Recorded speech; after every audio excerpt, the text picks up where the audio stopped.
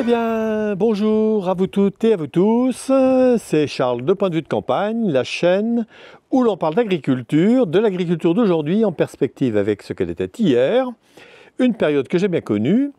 Si ce type de sujet vous intéresse, eh bien abonnez-vous, ça permet de renforcer la chaîne et puis de donner plus de visibilité. Vous voyez, le ciel est gris, vous allez voir, il va être encore plus moche, plus noir.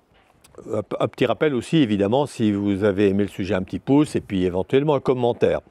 Donc revenons à notre sujet du jour. En effet, aujourd'hui, je déroge à ma règle habituelle car je suis tombé sur une news il y a quand même quelques mois sur lequel je me suis dit que ce n'était pas possible tellement c'était trop, c'était même délirant. C'est même délirant, carrément. C'est en évoquant d'ailleurs ce sujet avec un ami éleveur qu'il y a eu. Et il n'a eu d'autres réflexions instantanées que de dire après un moment d'incrédulité, on est chez les dingues. Tout d'abord, les faits.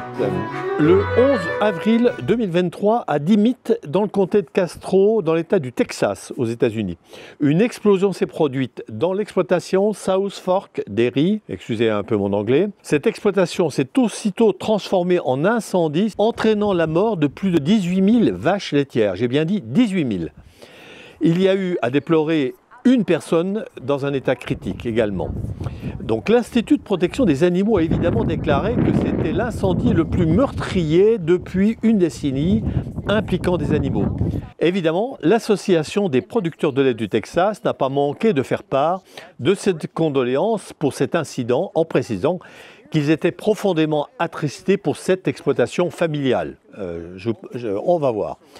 Et pour les personnes touchées par la tragédie survenue dans cette ferme.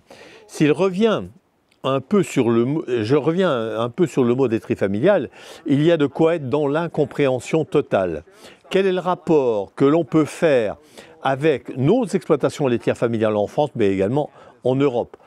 Ça aurait pu être pire. En effet, cette exploitation a été autorisée en 2019 à passer de 11 500 vaches laitières à 32 000 selon l'autorisation obtenue. Il est vrai que l'on est dans l'État du Texas. Par ailleurs, cet État a également autorisé l'augmentation de la production de fumier de plus de 50%, ce qui est de fait cohérent avec l'augmentation de la taille du troupeau, puisque elle aurait pu tripler. Ce comté de Castro est le deuxième comté le plus producteur de lait de l'État du Texas et il comptait près de 60 000 vaches selon le rapport du département de l'agriculture des États-Unis. Ce comté a produit plus de 66 millions de litres de lait pour le seul mois de février 2023, ce qui fait une moyenne quotidienne par vache d'un peu plus de 40 kilos. Alors, que s'est-il passé? Le gigantisme de ce bâtiment est la première cause de ce sinistre. Évidemment, les autorités ont promis de faire les enquêtes appropriées et de rendre publiques les conclusions. La caractéristique de ce bâtiment a eu un impact direct sur l'importance du sinistre. Il s'agit d'un seul bâtiment clos qui regroupait la totalité des animaux. On peut imaginer qu'il y avait des équipements pour gérer la température excessive, tant en hiver qu'en été. J'ai trouvé des températures moyennes à Dallas au mois de juillet 2023. Pour le seul mois, donc, elle était autour de 35, avec des écarts entre 28 et 42. Dans le mois du sinistre, la moyenne était encore de 19 degrés.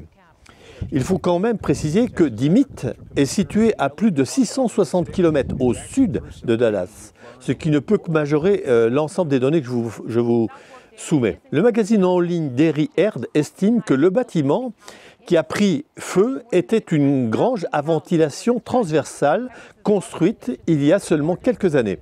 Les étables à ventilation transversale sont généralement grandes et disposent de centaines de ventilateurs pour aider à contrôler le climat en gardant à l'esprit avec autant de ventilateurs dans une grange, enfin dans un bâtiment, on va dire chez nous, il est possible qu'une fois que le feu s'est propagé, explique pourquoi il s'est propagé aussi rapidement, puisqu'il y avait une centaine de ventilateurs à l'extérieur, ce qui a permis de faire circuler l'ensemble du feu et donc d'envahir le bâtiment de fumée, créant un si gros nuage qui a été vu à des kilomètres de distance. Donc un bâtiment clos de cette taille est rendu de fait plus vulnérable et pour l'ensemble des animaux. J'ai entendu sur une vidéo prise de loin le beuglement des vaches. Je dois avouer, c'est absolument glaçant. Le ministre de l'Agriculture du Texas, après avoir regretté cet accident dévastateur et le qualifiant du plus meurtrier dans l'histoire du Texas, est de préciser que l'enquête et le nettoyage pourra prendre un certain temps. Mais il a surtout insisté sur les leçons à tirer et quel impact cet incendie peut influencer la région dans l'immédiat et pour les années à venir, de même pour l'industrie laitière. L'État du Texas, proprement dit, compte 625 000 vaches, qui compte par ailleurs près de 13 millions de bovins pour l'ensemble de l'État. Si on ramène cela à la situation de la France, qui compte, elle, 3,6 millions de vaches, soit 6 fois l'effectif d'un État du Sud américain. Maintenant, revenons sur la taille délirante de ce bâtiment. Donc la surface totale du bâtiment, c'est près de 16 hectares. Donc il n'est pas nécessaire que je convertisse en terrain de football, comme le font souvent les commentateurs radio, ou médias d'ailleurs en général. Donc je vous rappelle 16 hectares. La collecte de lait, elle, représente autour de 720 000 litres par jour, soit presque 30 camions de 25 000 pour cette seule exploitation. On peut imaginer le cortège quotidien que cela représente. Je pourrais faire aussi le calcul par rapport à la ration alimentaire qu'il faut pour nourrir un tel troupeau. Si on se place au niveau du sinistre et de ses conséquences, de la tôle, enfin de l'acier, du béton, des machines, ça se remplace. Mais comment peut-on gérer une telle masse de cadavres et dans quelles conditions ? Par une simple multiplication, on arrive entre 12 et 13 000 tonnes de cadavres. Imaginez la masse à traiter. En lisant divers rapports, c'était une véritable question, même aux États-Unis. Il n'y a pas d'usine d'incinération capable de traiter dans un délai court une telle masse d'animaux. Si on revient sur l'exploitation elle-même, donc cette exploitation est bien la propriété, certainement avec des banques, de la famille Brandt. Donc vous voyez qu'on est quand même loin du concept d'exploitation familiale. Et maintenant, en conclusion, quel lien peut-on faire entre cette agriculture américaine et notre élevage français et européen? Cela d'ailleurs renvoie au débat actuel sur le vécu quotidien des exploitants français et n'ont pas manqué de le faire savoir les temps qui viennent de s'écouler. Je vais dire donc qu'il n'y a strictement aucun lien et il n'y a aucun rapport à faire entre les deux. Quel rapport y a-t-il entre du lait américain éventuellement transformé et du lait français produit à partir de l'exploitation des ressources naturelles de nos exploitations et ce type d'agriculture? Là aussi, je vais dire qu'il n'y a strictement aucun lien.